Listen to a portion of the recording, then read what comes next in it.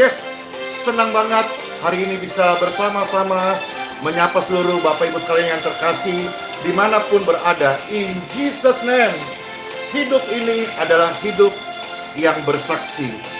Bersaksi, bersaksi, dan bersaksi. Bersaksi akan kebaikan Tuhan, bersaksi akan hidup yang baru, bersaksi akan keselamatan yang sudah kita terima dari Tuhan Yesus. Shalom semuanya. Wah, ramai banget yang sudah menunggu.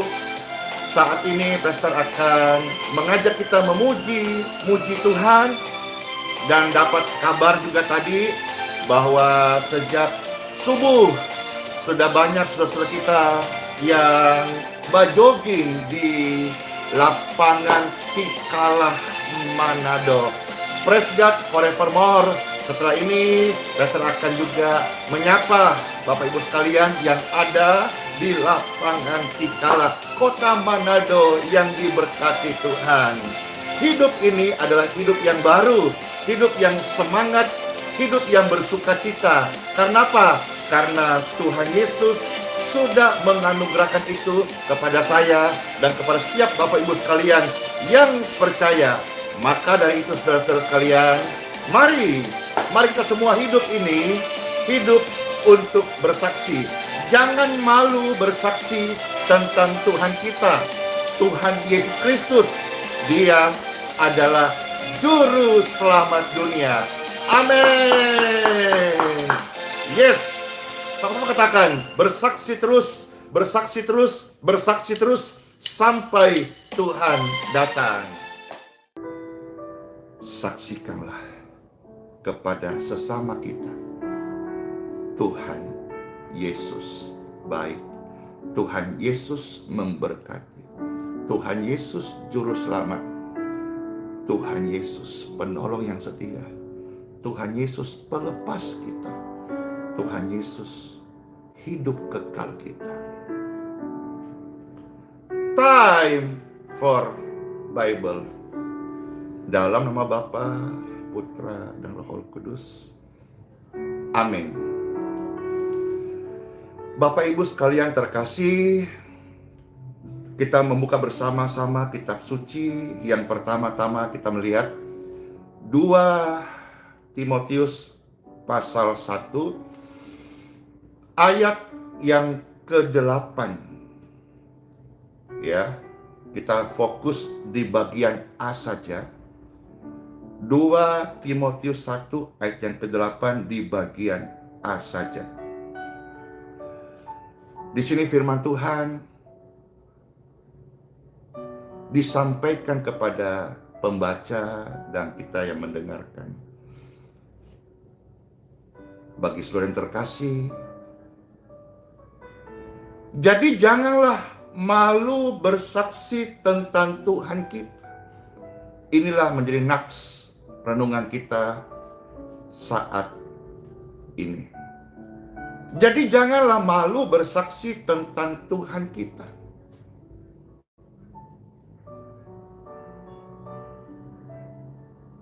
Masih malu, masih gengsi, masih jaim. Sudah, jadi jangan lagi malu dah. Jangan malu bersaksi tentang Tuhan kita. Kalau kita melihat di dalam Injil Matius, Markus, bahkan di sana Tuhan suruh kepada orang percaya. Waktu itu murid-muridnya, pergilah, jadilah saksi.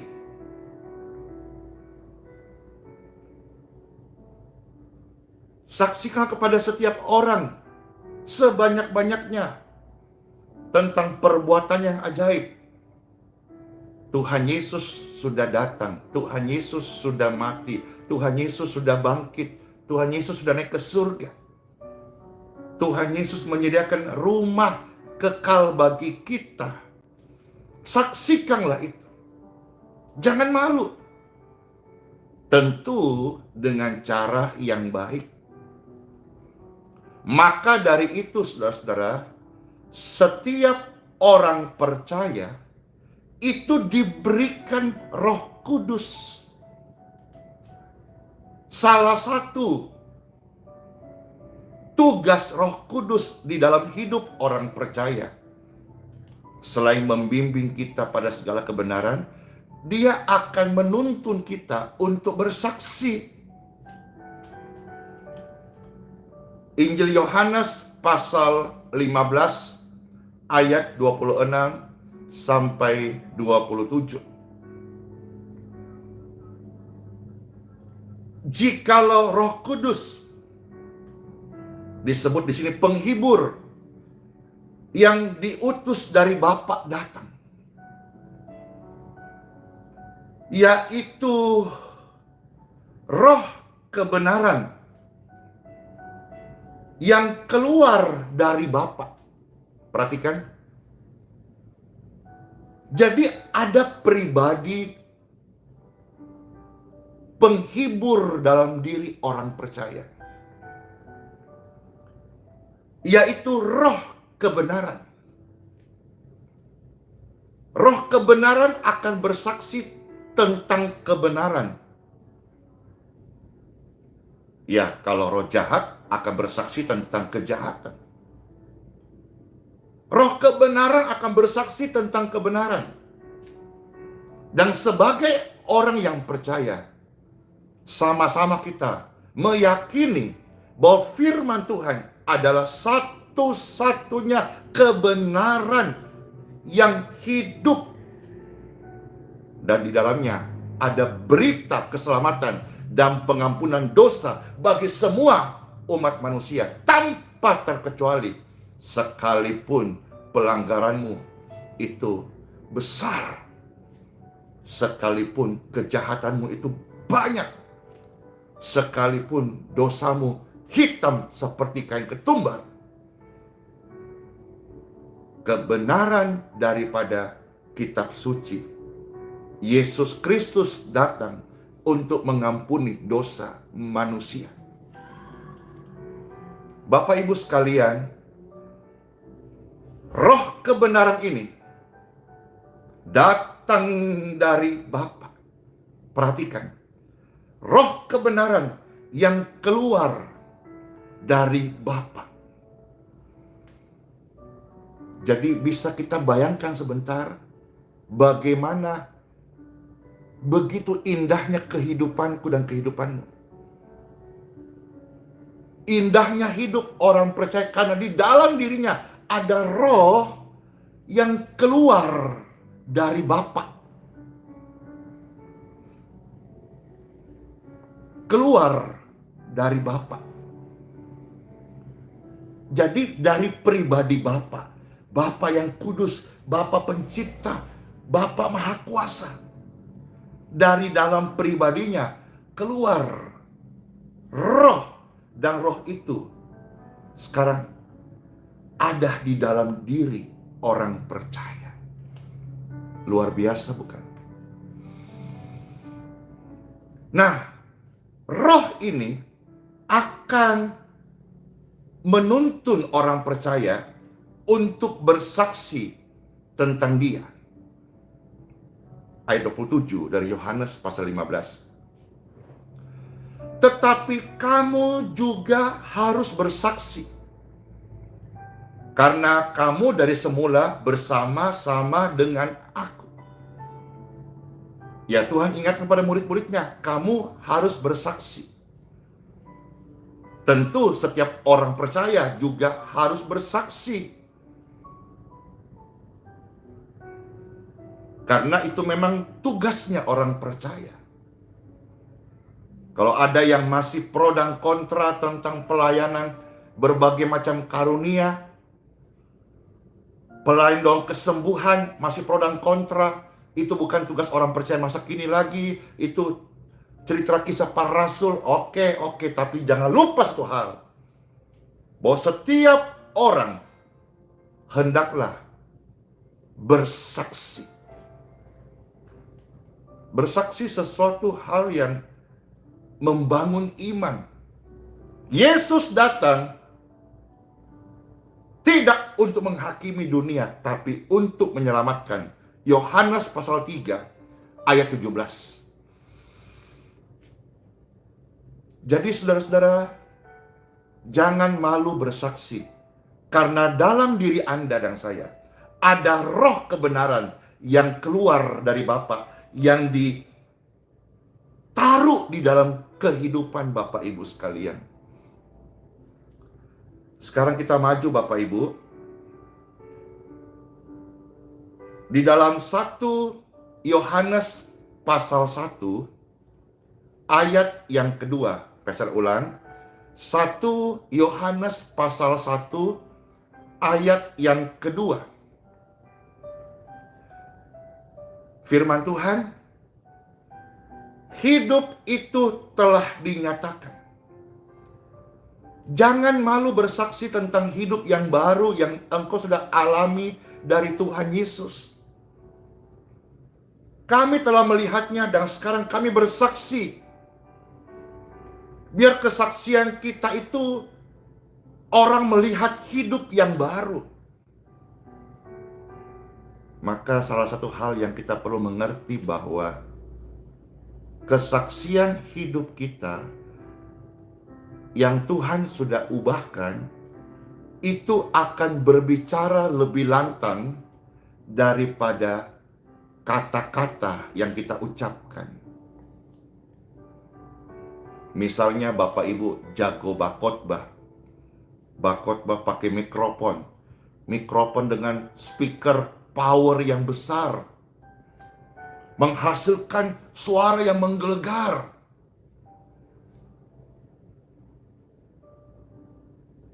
Kalah kuat dengan kesaksian hidupmu yang Tuhan Yesus sudah ubahkan. Mungkin kita menjadi orang tidak jago bakotbah. Tapi kesaksian hidup kita ini sudah menceritakan betapa Yesus Kristus sanggup mengubahkan hidup saya. Yang dulu kita pamabok, panjudi, tukang bakelai, padandam. Benar kasada itu. Kita berubah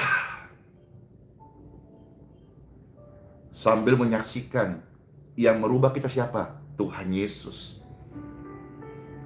Pang-pang. Jadi jangan malu bersaksi tentang Tuhan kita. Jangan malu, kata firman Tuhan, 1 2, memberitakan tentang hidup yang kekal. Yang sudah dinyatakan Bapa dalam kehidupan kita sebagai anak-anaknya. 1 Yohanes pasal 4 ayat 14.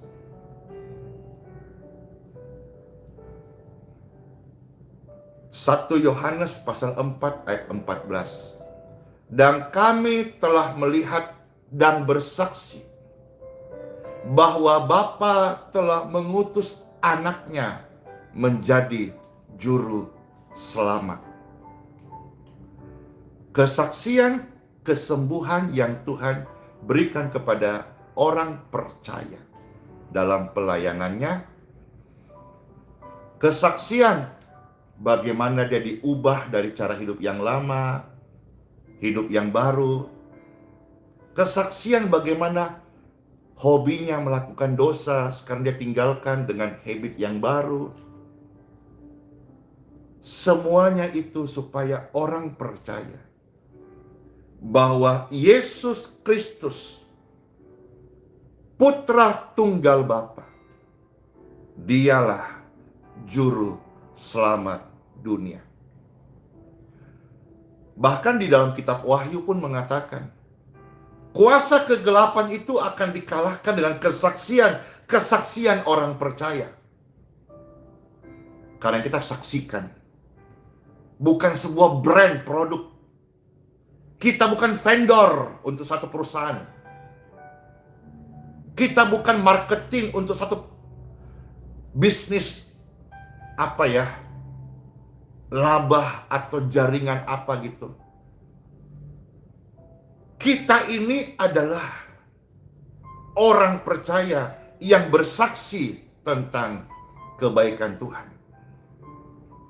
Kita adalah orang percaya menyaksikan tentang Tuhan Yesus, penyembuh, pengampun dosa, juru selamat. Mungkin dalam hidup kita Bapak Ibu banyak hal yang kita serba kurang. Kurang pintar ilmu teologi, kurang pintar baca rita, kurang pintar menyanyi. Tapi kita semua jangan pernah malu bersaksi tentang Tuhan kita. Jadi sejak renungan ini selesai Bapak Ibu, jangan malu bersaksi. Mulai hari ini jangan malu bersaksi.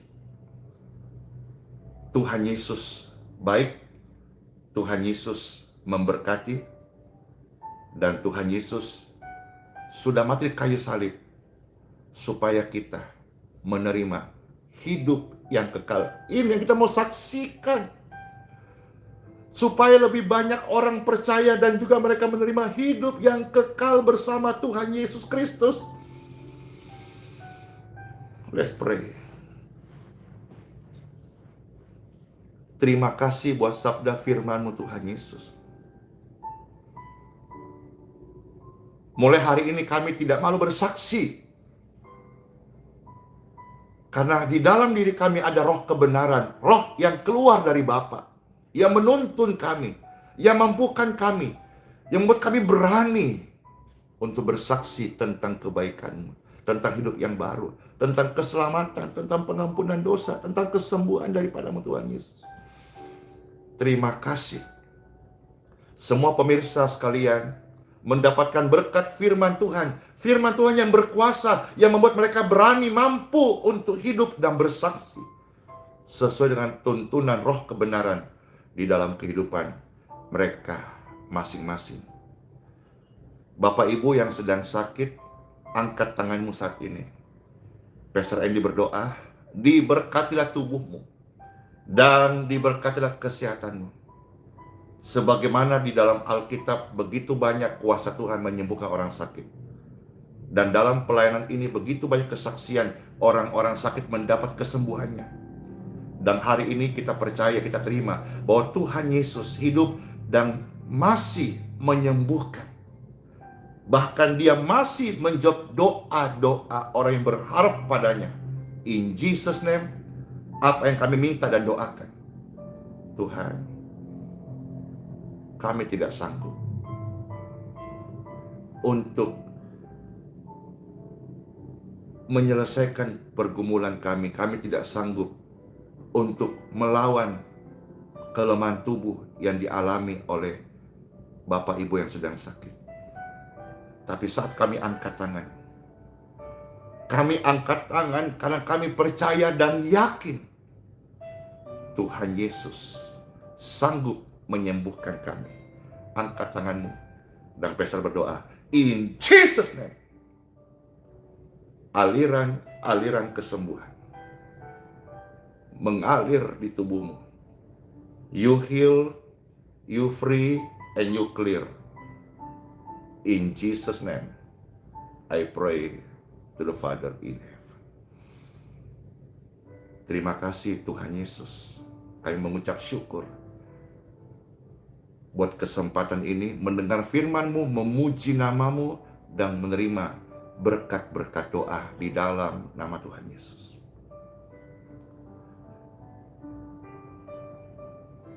Terima kasih Tuhan Yesus. Segala puji syukur dan hormat hanya bagi nama-Mu yang kudus. Di dalam nama Tuhan Yesus Kristus kami mengucap syukur dan berdoa. Amin, amin, amin, amin.